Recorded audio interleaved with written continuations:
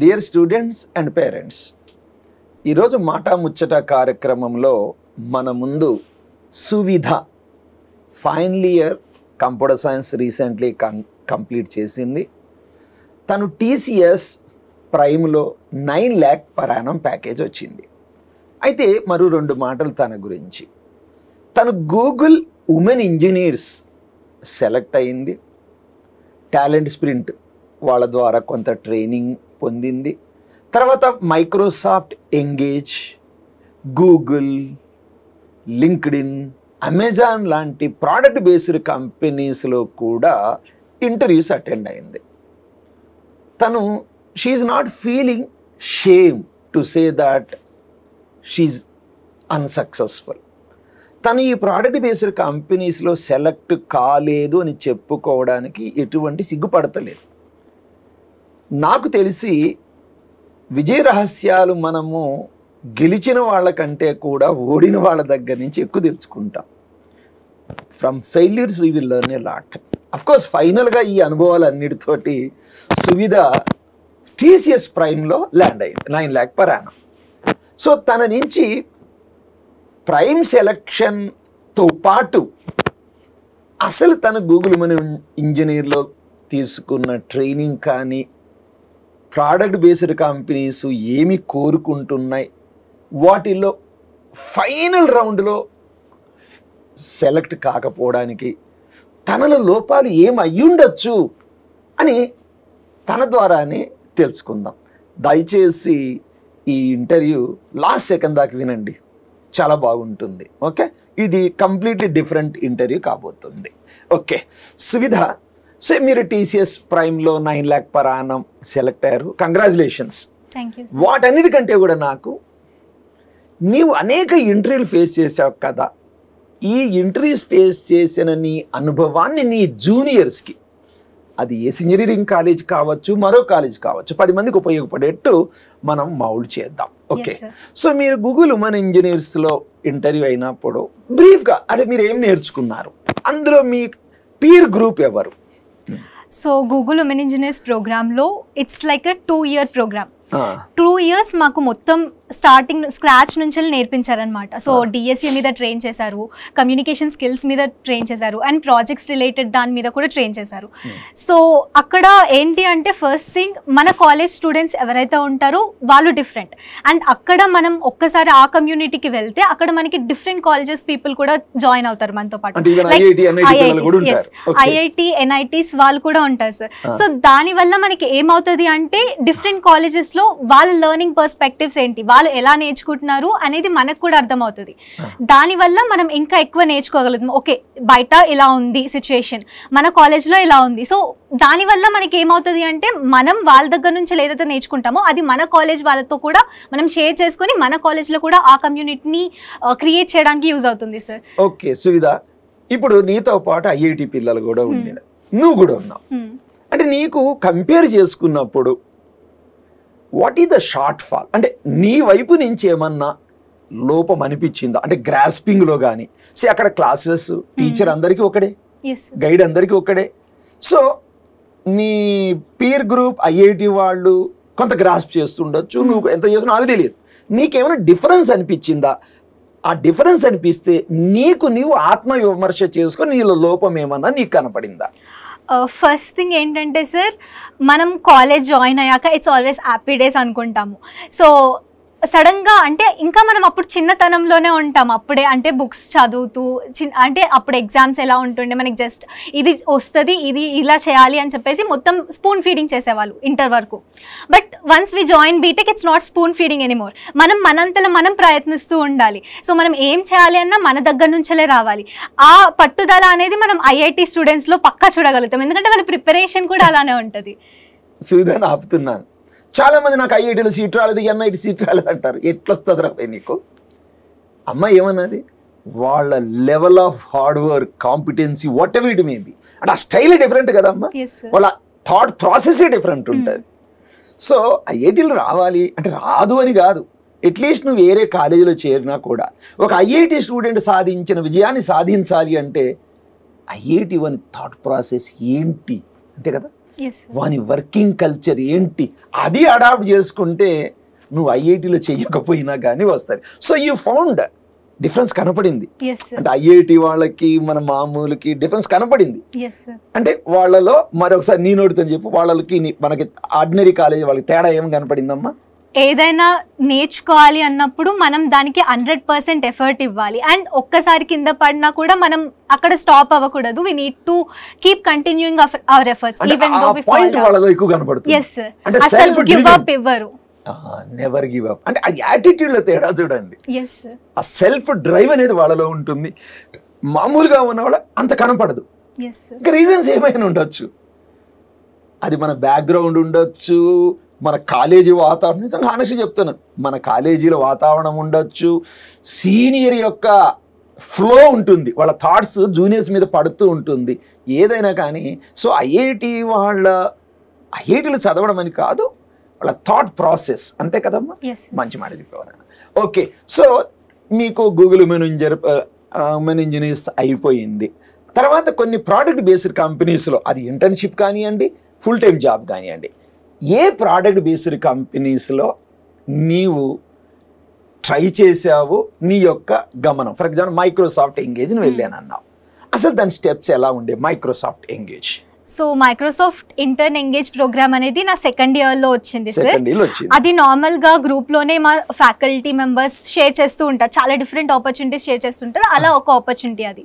So చాలా వరకు నా ఫ్రెండ్స్ ఏం చేశారు అంటే ప్రతిసారి చాలా షేర్ చేస్తూ ఉంటారు అండ్ చాలా వాటికి మనం ఎలిజిబుల్ కాదు అని చెప్పేసి ఎవరు అప్లై చేయలేదు సార్ మ్యాక్సిమం వరకు. సో అట్లా నేను ఒక్కదాన్ని అప్లై చేశాను అండ్ నా రెజ్యూమే షార్ట్ లిస్ట్ అయింది. Starting phases resume short list అయ్యింది, ఫస్ట్ అయిపోయింది. సో రెజ్యూమే షార్ట్ లిస్ట్ అయ్యాక ఒక టెక్నికల్ టెస్ట్ ఉండే sir, like basic aptitude plus DSA data structure questions ఉండే, ఒక ఎంసీక్యూ లెవెల్. yes sir. అది క్లియర్ కావడానికి అంటే నీలో అంటే ఏమి స్పెషల్ గా ఏమైనా వర్క్ చేసావా? స్పెషల్ గా ఏం లేదు సార్, కాలేజ్ లో ఇచ్చిన ఆప్టిట్యూడ్ ట్రైనింగ్ మాత్రం సరిపోయింది దానికి. అండ్ అది కాలేజ్ లో ఉన్న సబ్జెక్ట్స్ నాలెడ్జెస్ ఎనఫ్ సార్. సరిపోయింది. అప్పటికే మీకు Google women engineers talent sprint start అయింది అప్పటికి. yes sir. అది కూడా కొంత ఉపయోగపడిందా?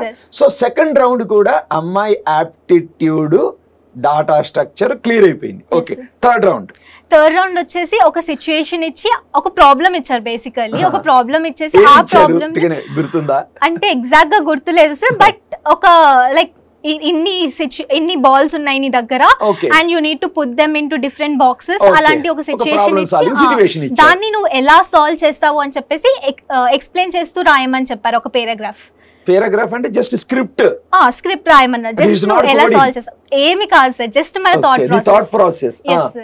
సక్సెస్ అయ్యావా? yes అది కూడా షార్ట్ లిస్ట్ అయ్యాను. అండ్ దెన్ కూడా షార్ట్ లిస్ట్ అయ్యా. Very good. Next and then 1 month mentorship programme అని చెప్పేసి పెట్టారు. ఏంటమ్మా 1 month మెంటర్షిప్ అంటే? కొంచెం ఎక్కువ టైం అయినా పర్లేదు, చెప్పు నాన్న.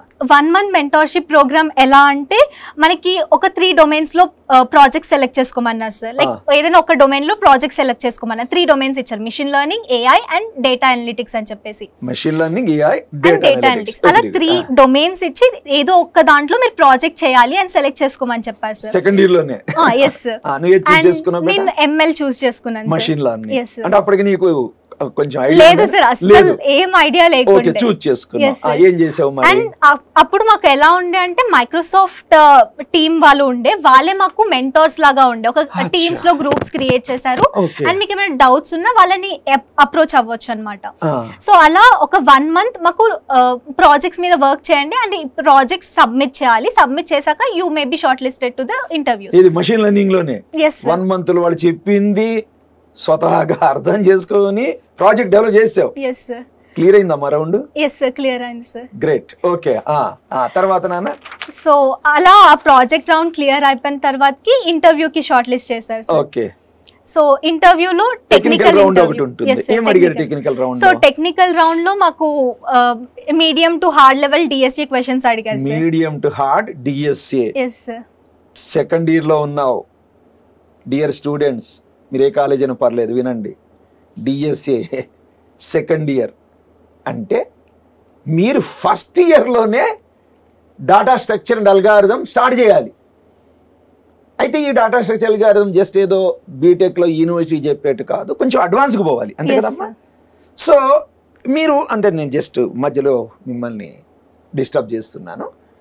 ఏమన్నా ప్లాట్ఫామ్స్ అంటే హ్యాకర్ ర్యాంక్ లాంటివి కూడా ఏమైనా ఉపయోగిస్తారా ఈ data structure algorithms? yes sir చేస్తాం సార్. మీరు ఏం వాడేవారు? కాలేజ్ వాళ్ళు అయితే హ్యాకర్ ర్యాంక్ చెప్పారు సార్, అండ్ టాలెంట్ స్ప్రింట్ ద్వారా నాకు లీడ్ కోడ్ కూడా వాళ్ళు లీడ్ కోడ్ చెప్పారు. సో నీకు రెండింటి మీద పరిచయం ఉంది, రెండింటి మీద వర్క్ చేసావు. So technical round data structure algorithms మీద అడిగారు. ఎంత టైం జరిగింది నా interview? It was around 1.5 hours. 1.5 hours.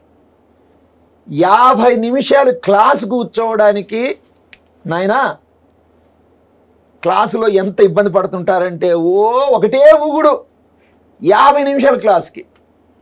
అర్థమైందా? ఇంటర్వ్యూ ఎంతసేపమ్మా? 1.5 hours. గుర్తుపెట్టుకోండి, సత్యనాదెళ్ళ మైక్రోసాఫ్ట్ CEO అయ్యాడంటే ఆయనది ఒక బుక్ ఉంటుంది, చదవండి. ప్రతి బీటెక్లో చేసేవాడు. ఆయన అంటాడు, I use to have several sleepless nights. జీవితంలో పైకి రావాలి అంటే ఆ కష్టపడే తత్వం ఉండాలి. నేనేం చెయ్యా, నేను కష్టపడా, మొదటి రోజు ఫస్ట్ షో కల్కి చూడాలి, నాకు 1 crore ప్యాకేజ్ రావాలి. ఎట్లా వస్తుంది రాబాయ్ నీకు? 1.5 hours ఇంటర్వ్యూ కంటిన్యూస్గా బొంబాడింగే కదమ్మా. క్లాసులో 50 నిమిషాలు కూర్చోడానికి అల్లాడిపోతాం కదా. ఫైన్, ఏం అడిగారు బేటా చెప్పు. సో నాకైతే ఆర్ఎస్ లో డిపి రిలేటెడ్ క్వశ్చన్స్ అడిగారు sir. Dynamic programming. Okay, dynamic program. Okay. So అప్పట్లో నాకు డైనమిక్ ప్రోగ్రామ్ మీద అంత అవగాహన లేకుండే సార్, అసలు ఆ కాన్సెప్ట్ తెలియదు. Yes sir. అంటే నువ్వు కనుక ఫస్ట్ ఇయర్ లో కనుక డైనమిక్ ప్రోగ్రామింగ్ చేసి ఉండుంటే హెల్ప్ అయ్యేది కదా. Fine, please note it down dear students. So అట్లా ఇంటర్వ్యూలో లైక్ దో నాకు అది తెలియకపోయినా నా అప్రోచ్ నేను చెప్పాను సార్, ఇలా సాల్వ్ చేయొచ్చు అని చెప్పేసి. సో ఆ ప్రాసెస్ చూసారు. నాకు ఇంటర్వ్యూ మొత్తం నువ్వు ప్రాబ్లమ్ ని ఎలా సాల్వ్ చేస్తున్నావు అనే టెస్ట్ చేశారు. అండ్ నేను నా అప్రోచ్ చెప్పిన తర్వాతకి లైక్ ఎక్కడైనా స్ట్రక్ అయినా కూడా they use to help me. Like they are very friendly. అంటే ఇంటర్వ్యూస్ ఎప్పుడు కూడా అది నీకు క్వశ్చన్ అండ్ ఆన్సర్ లాగా ఉండదు sir. It is always like a discussion. నువ్వు నీ ఫ్రెండ్ తో ఎలా డిస్కస్ చేస్తున్నావో అలాగే ఉండేది సార్. లైక్ క్వశ్చన్ ఇచ్చారు, నీ అప్రోచ్ ఎలా సాల్వ్ చేస్తావు అని చెప్పేసి అడిగారు. అండ్ నేను నా అప్రోచ్ చెప్పాక ఓకే ఇప్పుడు దీన్ని ఇంకొంచెం డిఫరెంట్ గా ఆలోచిద్దాము అని చెప్పేసి వాళ్ళు నాకు హింట్స్ కూడా ఇచ్చేసారు. సో ఇప్పుడు డిఎస్ఏ అన్నావు కదా, అందులో ఏ టాపిక్స్ మీద టచ్ చేసి ఉండొచ్చు వాళ్ళు క్వశ్చన్స్ మిమ్మల్ని? ఆర్ఎస్ మీద. అంటే అప్పుడు సెకండ్ ఇయర్ కాబట్టి ఇట్ వాస్ ఆన్ ఆర్ఎస్. ఇంకా మీకు ఏదో గ్రాఫ్స్ అని ఉంటాయి వాటిలో అడగలేదా? అంత అడ్వాన్స్ కి వెళ్ళలేదు సార్ ఈ ఇంటర్వ్యూలో అయితే. అంటే అప్పుడు సెకండ్ ఇయర్ కాబట్టి మాకు ఆర్ఎస్ టాక్స్ అండ్ క్యూస్ వరకు ఉండేది. ఆర్ఎస్ టాక్స్ క్యూస్ సెకండ్ ఇయర్ కాబట్టి. ఇది ఎవ్రీ ఇయర్ సెకండ్ ఇయర్ లోనే వస్తుందా? ఫైనల్ ఇయర్స్ కూడా అవకాశం ఉంటుందమ్మా ఇది? అంటే అది అప్పుడు మా బ్యాచ్ అప్పుడు సెకండ్ ఇయర్స్ లో పెట్టారు సార్. ఓకే, లేటెస్ట్ ఓకే మారు ఉండొచ్చు తర్వాత. ఓకే, సో ఆ టెక్నికల్ రౌండ్ మీరు క్లియర్ అయిపోయారా? yes sir, clear. అంటే అపార్ట్ ఫ్రమ్ డిఎస్ఏ ఏమైనా సబ్జెక్ట్స్ కూడా అడిగారా? లైక్ బేసిక్ సబ్జెక్ట్ క్వశ్చన్స్ అడిగారు sir. C++, Java related questions కూడా కొన్ని అడిగారు. మనకి నార్మల్ వాళ్ళు అడగడం కూడా మీకు ఈ సబ్జెక్ట్ అయ్యిందా కాలేజ్ లో అని చెప్పేసి అడిగారు. ఎక్సలెంట్. సో మన కంఫర్ట్ జోన్ లోకి వచ్చి అడుగుతారు. ఏమైనా ఆపరేటింగ్ సిస్టమ్ DBMS ఎలా అడిగారా? లేదు సార్, అప్పట్లో మాకు ఆ సబ్జెక్ట్స్ లేకుండే. సో వాళ్ళు అడిగినా కూడా నాకు ఈ సబ్జెక్ట్ ఇంకా కాలేదు అని చెప్పినాక ఓకే మీకు ఏ సబ్జెక్ట్స్ అయ్యాయో ఆ సబ్జెక్ట్స్ లోనే అడుగుతామని చెప్పేసి. Please note it down. మీరు ఎప్పుడన్నా ఇంటర్వ్యూకి పోయినప్పుడు వాళ్ళు ఏదైనా ఒక సబ్జెక్ట్లో క్వశ్చన్ అడిగారు అనుకుందాం, నువ్వు బీటెక్లో ఉన్నప్పుడు, ఈ సబ్జెక్ట్ మాకు ఇంకా కాలేదు సార్ అని చెప్తే వాళ్ళు సబ్జెక్ట్ డైవర్ట్ చేసే వేరే సబ్జెక్ట్ పోయే అవకాశం ఉంది. సో వాళ్ళంతా ఫ్రెండ్లీగా ఉంటారు. సో టెక్నికల్ రౌండ్లో అయిపోయింది. తర్వాత ఇంకేమీ అడిగారమ్మా? నెక్స్ట్ టెక్నికల్ రౌండ్ నుంచి హెచ్ఆర్కి వెళ్ళిపోయారా? హెచ్ఆర్కి వెళ్ళిపోయారు. హెచ్ఆర్లో ఏంటి? హెచ్ఆర్ లో కూడా it was not totally HR sir. అప్పుడు కూడా నాకు టెక్నికల్ క్వశ్చన్స్ అడిగారు సార్. సేమ్ ఒక ప్రోగ్రామ్ ఇచ్చి దాని అప్రోచ్ చెప్పమని చెప్పారు అక్కడ కూడా. అంటే ప్రోడక్ట్ బేస్లో హై లెవెల్ జాబ్స్ రావాలన్నా, ఇంటర్న్షిప్స్ రావాలన్నా టెక్నికల్ అంతే కదా. సో జనరల్ కూడా ఉంటుంది, అంత ఓవర్ వెయిటేజ్ ఉండదు అంతే కదమ్మా. Fine, okay. It is extension of technical round. Yes sir. Mix of HR and technical round.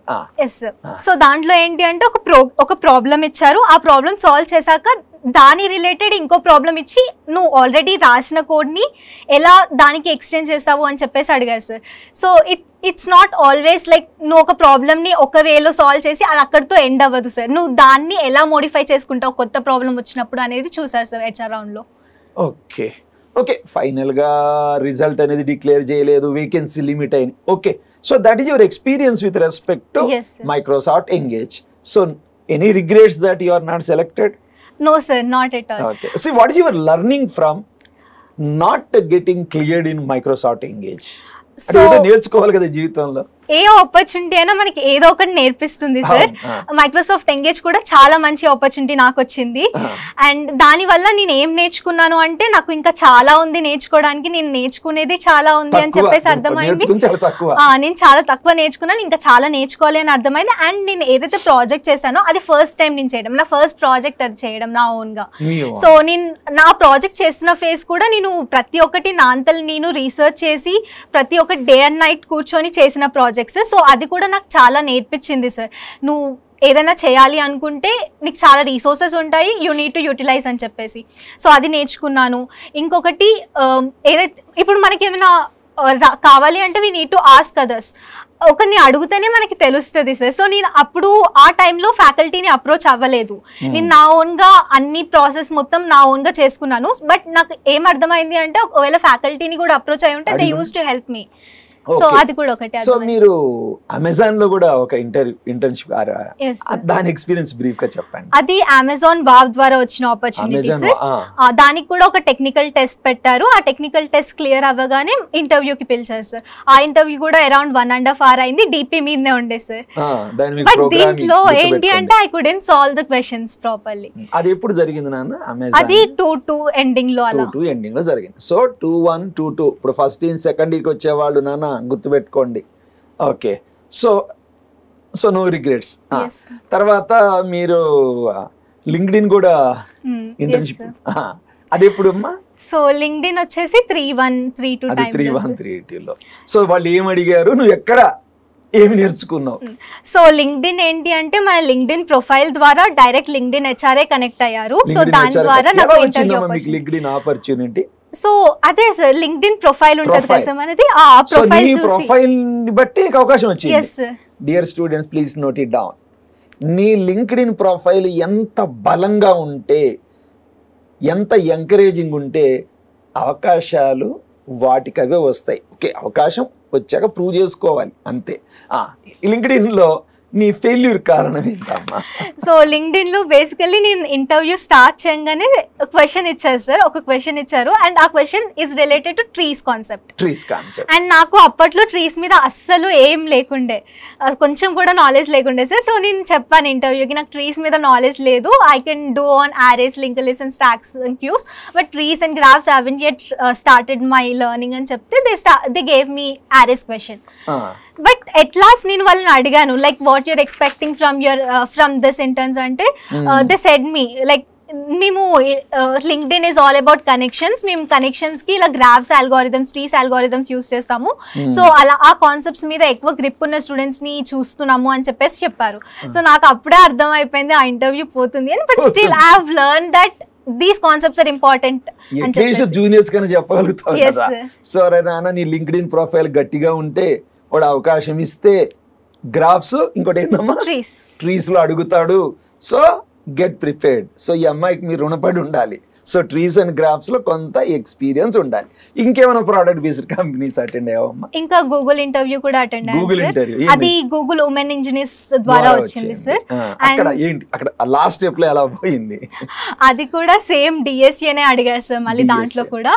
And దాంట్లో హార్డ్ లెవెల్ క్వశ్చన్స్ అడిగారు సార్. నేను ఆ టైంలో నేను ఓన్లీ మీడియం లెవెల్ వరకు సాల్వ్ చేస్తుండే. సో హార్డ్ వరకు అంటే I could able to give the solution, but అది ఎఫిషియెంట్ కాదు.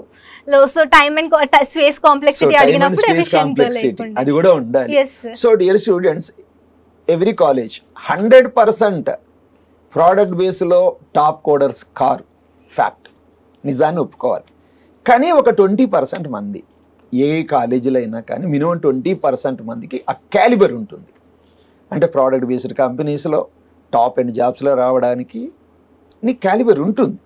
So both the colleges and the student have to focus on data structure algorithm if possible right from BTech first year.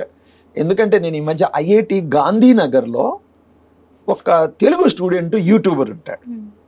అబ్బాయి పేరు ఏదో మర్చిపోయాను, ఏదో Harsha something ఏదో ఉంటుంది. అతనికి ఒక 80 lakh ప్యాకేజ్ వచ్చింది. అతను మై జర్నీ టువర్డ్స్ అని ఏదో ఇచ్చాడు అతను.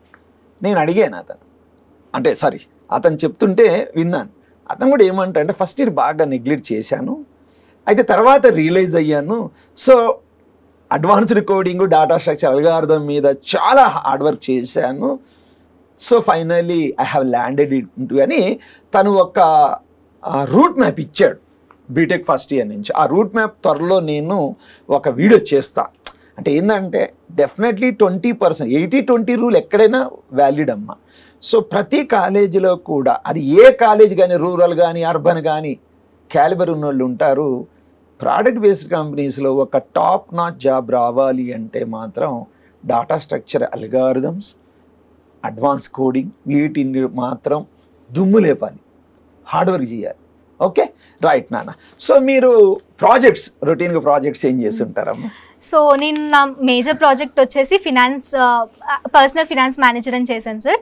అది ఏంటి అంటే ఇప్పుడు మనం గూగుల్ పే, ఫోన్ పే ఇవి ఎక్కువ వాడేస్తున్నాం సార్. మనం ఎంత ఎక్స్పెండ్ చేస్తున్నాము అనేది మనకు తెలియట్లేదు.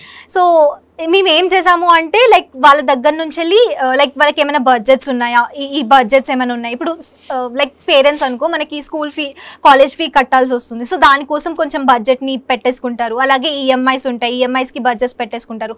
అట్లా అన్ని సెగ్రిగేట్ చేశాక మీకు ఏదైతే ఎక్స్పెన్సెస్ అండ్ ఇన్కమ్ ఉందో దాని బేస్ మీద మీరు ఏమైనా కొత్తగా ఏమైనా పర్చేస్ చేయాలి అనుకుంటే, ఇప్పుడు లగ్జరీ ఐటమ్స్ కానీ వేరే ఏదైనా పర్చేస్ చేయాలి అనుకుంటే మీ దగ్గర మనీ ఉందా లేదా అని చూసుకుంటా కదా సార్.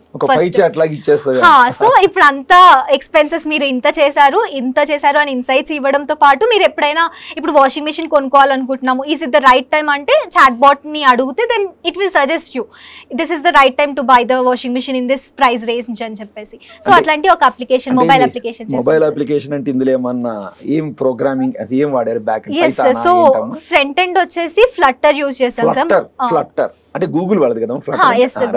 అది చాలా సింపుల్ గా ఈజీగా లర్న్ చేయొచ్చు. సో దానికోసం అని మొబైల్ అప్లికేషన్ చేయాలి అని చెప్పేసి అది యూజ్ చేసాము. ఫ్రంట్ ఎండ్ ఫ్లట్టర్ వాడారు. yes బ్యాక్ ఎండ్ లో వచ్చేసి పైథాన్ వాడాం సార్. బ్యాక్ ఎండ్ లో పైథాన్.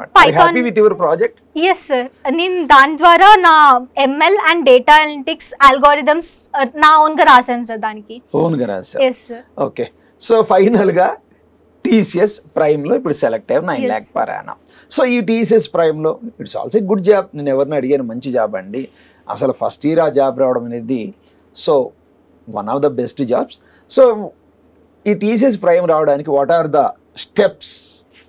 సో TCS ప్రైమ్కి అయితే TCS అనగానే ఫస్ట్ యాప్టిట్యూడ్ గుర్తొస్తుంది సార్. Like TCS as tough aptitude, చాలా టఫ్ ఉంటుంది సార్ TCS యాప్టిట్యూడ్. సో దానికి అయితే మా కాలేజ్ వాళ్ళు హేమంత్ సార్ ఉంటారు. సో హేమంత్ సార్ మాకు ఫస్ట్ ఇయర్ నుంచి మాకు ట్రైనింగ్ ఎలా ఉంటుందంటే ఫస్ట్ ఇయర్లో డెప్త్గా చెప్తారు, లైక్ థియరీ కూడా చెప్తారు యాప్టిట్యూడ్లో. అండ్ దెన్ లాస్ట్ ఇయర్కి వచ్చేసరికి ట్రైనింగ్ కంపెనీ స్పెసిఫిక్ ఉంటుంది. కంపెనీ స్పెసిఫిక్లో ఏమవుతుంది అంటే ఆల్రెడీ నువ్వు ఫస్ట్ ఇయర్లో ఏదైతే నేర్చుకున్నావో అది నీకు ఇక్కడ లైక్ షార్ట్ కట్స్లో నీకు ఈజీగా చెప్తారు, లైక్ తొందరగా అయిపోయేలాగా నువ్వు తొందరగా రివిజన్ చేసుకోవచ్చు. సో అట్లా మాకు హేమంత్ సార్ క్లాసెస్ యూజ్ అయ్యాయి. అండ్ కోడింగ్ కూడా కృష్ణానంద్ సార్ వాళ్ళు కూడా కోడింగ్లో కూడా హెల్ప్ చేశారు. సో అలా overall aptitude and coding round clear అయ్యాక ఇంటర్వ్యూస్కి ఇట్స్ ఆల్ ప్రాజెక్ట్స్. లైక్ మా డిపార్ట్మెంట్లో మా ఫ్యాకల్టీ ఎవరైతే హెల్ప్ చేశారో అదంతా ప్రాజెక్ట్స్. ఏం ప్రాజెక్ట్ గురించి చేసావు నాన్న? నువ్వు ఇంతకుముందు ఫైనాన్షియల్ దాని గురించి అడిగారు. yes దానికి అండ్ నేను ఒక ఇంటర్న్షిప్ చేశాను, దాంట్లో కూడా ఒక ప్రాజెక్ట్ మీద వర్క్ చేశాను, మన్ స్టాక్ మీద. సో దాని రిలేటెడ్ అడిగారు. అండ్ అలాగే ఓన్లీ కాలేజ్ ప్రాజెక్ట్స్ కాకుండా నా పర్సనల్ ప్రాజెక్ట్స్ కూడా ఉన్నాయి సార్. సో నాకు TCSలోనే ఒక క్వశ్చన్ ఏంటి అంటే, నేను ఒక చెస్ ప్రాజెక్ట్ చేశాను sir. Chess project is totally on my interest. నాకు చెస్ ఆడడం చాలా ఇంట్రెస్ట్ ఉంటుండే. అండ్ నేను ఒకసారి AI అంటే నేనే క్రియేట్ చేశాను నా చెస్ బోర్డ్ని. అండ్ ఏఐతో నేను నా ఓన్గా ఆడుకున్నాను. సో ఆ ప్రాజెక్ట్ గురించి కూడా అడిగారు. సో నువ్వు ఏ ప్రాజెక్ట్స్ చేసినా అవన్నీ నీకు ఇంటర్వ్యూలో యూజ్ అవుతాయి సార్. లాస్ట్ కి ఈ ప్రోడక్ట్ బేస్డ్ కంపెనీస్ లో ప్రాజెక్ట్స్ గురించి ఏమైనా అడిగారా? No sir, product based companies లో ప్రాజెక్ట్స్ గురించి ఒక్క ముక్క అడగలేదు sir. It's all DSA, data structure and algorithms. ఓకే, దాన్ని ఒక రేంజ్ లో ప్రాక్టీస్ చేయాలి, అంతేనా? ఓకే. సో ఫ్రెషర్స్ కంటే ఇప్పుడు నీ జూనియర్స్ థర్డ్ ఇయర్లో ఉండి, సెకండ్ ఇయర్లో ఉండి, ఫైనల్ ఇయర్ వచ్చి, లేదా ఫస్ట్ ఇయర్లో జాయిన్ అయిపోయేటోళ్ళకి నీ అడ్వైస్ చెప్పినాను. సో నా అడ్వైస్ ఏంటి అంటే, మీకు కాలేజ్ చాలా ఆపర్చునిటీస్ ఇస్తుంది. For definitely they will give you all the opportunities. కానీ మీరు ఎలా యూజ్ చేసుకుంటారు అనేది is on your terms. So A opportunity వచ్చినా అది మన వల్ల కాదు అని అనుకోకుండా అన్ని ట్రై చేయాలి. లైక్ నేను ఎన్నో ట్రై చేశాను. లైక్ వచ్చిన ప్రతి ఆపర్చునిటీ యూజ్ చేసుకొని ప్రతి ఒక్క ఆపర్చునిటీకి అప్లై చేసేదాన్ని, ప్రతి ఒక్క ఇంటర్వ్యూని అటెండ్ అయ్యేదాన్ని. అది నాకు వస్తుందా రాదా అని పక్కన పెట్టేస్తే I use to at least give a try. దానివల్ల మనం ఏదో ఒకటి నేర్చుకుంటాం. ప్రతి ఒక్క ఇంటర్వ్యూ ద్వారా నేను చాలా నేర్చుకున్నాను. సో అది మనకి ఎప్పటికైనా యూజ్ అవుతుంది. So first thing is never give up, try every opportunity that you get. And ఇంకొకటి ఏంటి అంటే మీరు ఏది చేసినా కన్సిస్టెంట్గా చేయండి, ఎక్కడ ఆగిపోకండి మధ్యలో. సో నువ్వు ఒక్కొక్క పాయింట్ ఆఫ్ టైమ్స్ నాకు కూడా నా మీద డౌట్ వస్తూ ఉంటుంది, నేను ఏంటి ఇది కూడా చేయలేనా అని చెప్పేసి. సో అలాంటి ఫేజెస్ వచ్చినా కూడా don't ever give up, try చేస్తూనే ఉండండి. You put your effort, you will definitely can do it. అంతే సార్. ఓకే సువిధ, యాక్చువల్లీ ఈ మధ్యకాలం చేసిన ఇంటర్వ్యూస్లో సబ్జెక్టు పరంగా లోతైన విశ్లేషణ జరిగిన I think it is the first interview. So dear students and parents, మీకు గనక ఈ వీడియో నచ్చితే థంబ్నెయిల్ అని చూడకండి, దయచేసి ఫార్వర్డ్ చేయండి. ఎందుకంటే ₹1,00,00,000 జాబులు వచ్చినాయి, 40 లక్షల జాబులు వచ్చినాయి అని మనము న్యూస్ పేపర్లో చదువుతుంటాము. ఎప్పుడు కూడా ఈటీవీ తెలంగాణ, ఈటీవీ ఆంధ్రాలో పెద్ద చిన్న చిన్న వస్తుంటాయి, స్టోరీస్ వస్తూ ఉంటాయి. ఆ స్టోరీలు మీ గురించి ఎందుకు కాకూడదు? సో ఈటీవీ తెలంగాణ వాళ్ళు, ఈటీవీ ఆంధ్రప్రదేశ్లో మీ ఇంటికి వచ్చి మీతో ఇంటర్వ్యూ చెయ్యాలి అంటే ప్రోడక్ట్ బేస్డ్ కంపెనీలో ఈ 40 లక్షలు, 50 లక్షలు, ₹1,00,00,000 వచ్చినాడు మీ ఇల్లు అడ్రస్ ఎత్తుక్కొని వస్తారు. సో అది సాధించడానికి ఏం కావాలి అనేది సువిధ ద్వారా ఖచ్చితంగా తెలుసుకున్నాను. ఈవెన్ హానెస్ట్గా చెప్పాలంటే నేను కూడా తెలుసుకున్నానమ్మా. నేను ఏ విధంగా తెలుసుకున్నానంటే, మన ఏస్ కాలేజ్ స్టూడెంట్లకి నేనేమన్నా లోపం చేస్తున్నానా, నా అప్రోచ్లో ఏమన్నా తేడా ఉందా, నేను స్పెండ్ చేసే టైం మనీ ఏమన్నా సరైన మార్గంలో పోతుందా లేదా అని నాకు నేను పరిశీలన చేసుకునే ఒక అవకాశం అయితే వచ్చింది. సో నాకు అవకాశం వచ్చింది, స్టూడెంట్కి మీకు అవకాశం వచ్చింది. దయచేసి నేను ఈ వీడియోని మీరు ఎక్కువ మంది పంపండి, ఇంజనీరింగ్ విద్యార్థులకి వైరల్ చేయండి. నా గురించి అని కాదు, భారతదేశం ఒక సుసంపన్నమైన దేశం కావాలి అంటే ఇలాంటి టాప్ నాచ్ డెవలప్మెంట్ ఏరియాస్లో ఉండాలి. అలానే నేను ఏ ఏరియాని నెగ్లెక్ట్ చేయడం లేదు. కొంతమంది అడ్వాన్స్ కోడింగ్ రాదు, తప్పేం లేదు. లో కోడ్ ఉంటాయి, మీడియం కోడ్ ఉంటాయి, దేనికి దానికి ఫలితాలు ఉంటాయి. సో ఒక కాలేజీలో 100 మంది ఉంటే 100 మంది ₹1,00,00,000 ప్యాకేజ్ రాదు, అట్లా ఏమి రాదు. ఎవరి బలం కొద్దీ వాళ్ళు, ఎవరికైతే బలం ఉంటుందో, ఎవరికైతే ఒక కోరిక ఉంటుందో, హై నాచ్ జాబ్ చేయాలి అనుకునే వాళ్ళకి ఖచ్చితంగా సువిధ తన సక్సెస్ ద్వారా కాదు, తన ఫెయిల్యూర్ ద్వారా మంచి సందేశం ఇచ్చింది. Suvidha, thank you very much. Okay parents, don't forget to forward this video. Okay, thank you, all the best. God bless you beta.